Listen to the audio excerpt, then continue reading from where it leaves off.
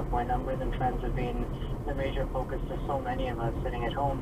It focuses on stories and building connections by allowing us to amplify the voices of these essential workers who are putting their lives at risk every day to serve our communities. We know that these individuals have so many compelling stories.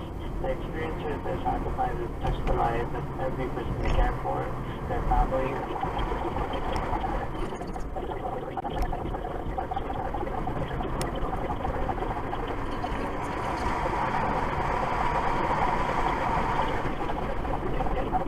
There's grocery store workers, there's TTC bus drivers, there's janitors, and all these people are also making huge sacrifices and are going through incredibly difficult times and incredibly difficult experiences in order to do what they do. So we're hearing from all these people, and it's just incredible.